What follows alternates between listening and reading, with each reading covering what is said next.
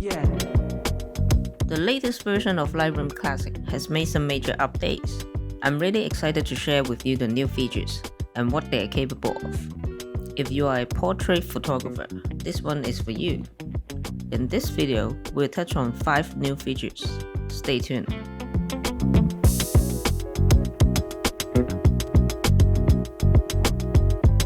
This is what the masking tool looks like in the last version. There's a drop-down menu with all the options: subject, sky, brush, linear gradient, radial gradient, color range, and luminance range. In version 12.0, it looks like this: subject, sky, background, 3 big icons. You don't have to duplicate and invert the mask anymore. Let's test it out.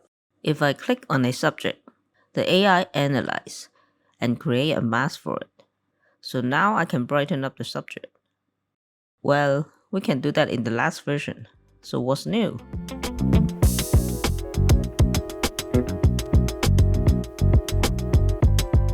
This is new. When you import an image, Lightroom scans and runs the face detection automatically.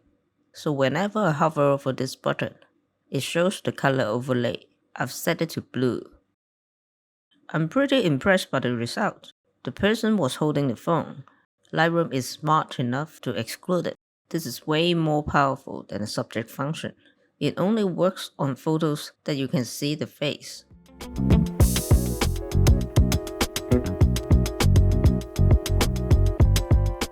The next new button is Object. If you are familiar with the Object Selection tool in Photoshop, you will get it right away. 2 options. You can either paint over an object or click and drag a box around it. The AI will trace the object for you. Let's go with the paintbrush. You can set the brush size with this slider. I want to select the deer, so I will just paint over it roughly.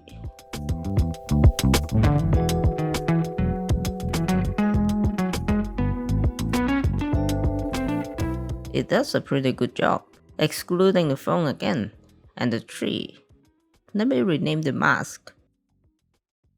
Click Subtract here, and use the brush to clean it up. No.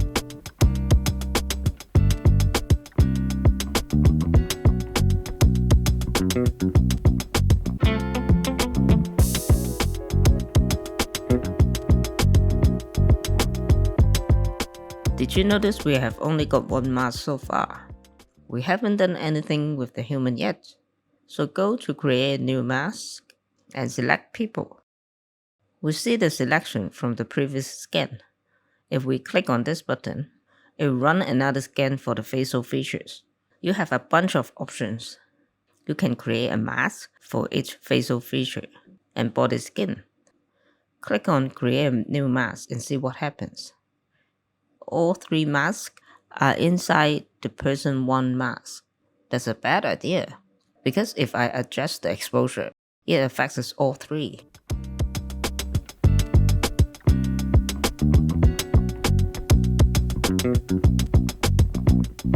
If there are more people in the frame, would it work?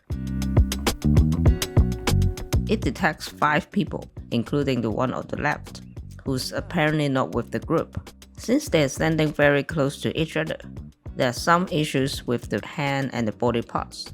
But that's okay, we only need the facial features. Lightroom seems to be able to detect the eyebrows, eyeballs, iris, and pupils because the subject they are facing the camera. You can add people and create masks in one go. Okay, maybe not person 1.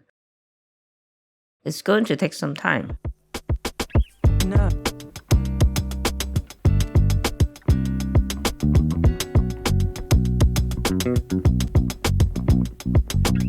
No.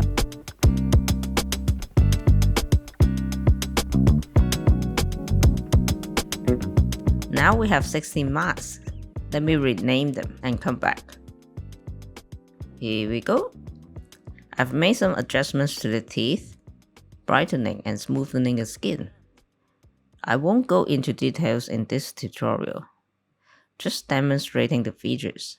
If you're editing studio portraits, this amount of details will be needed. If you're editing travel photos, group photos like this are also quite useful because you don't need to use the brush and paint on it every time. This AI detection is only helping you make selections faster and more precise.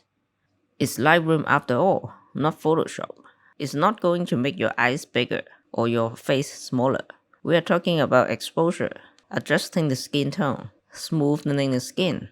There's no auto beauty or reality whatsoever.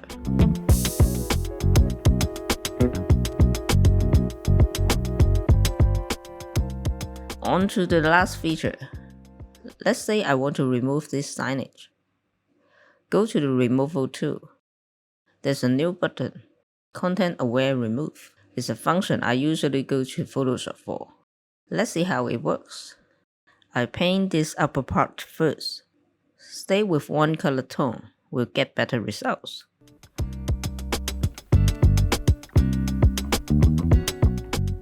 Looking good. Let me use a smaller brush for the pole. When I paint with this Content Aware tool, I can feel some friction. It's not like you can paint freely, it's actually detecting the surroundings. I didn't hold the shift key or any button. It's going well so far. Let's also remove the shadow on the ground.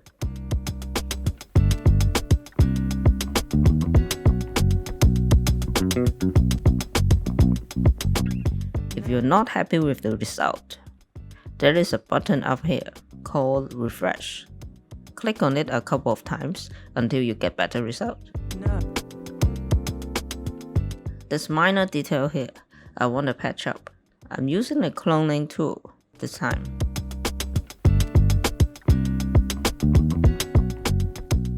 Okay, that's all I have for you today. Thank you so much for following. I'll be making more editing tutorials with me voicing over. I also have an Instagram page. The content there will be more about how to take good photos. If you're interested, head over and check it out. Hope you enjoyed this long video. Thanks again for watching. Until next time.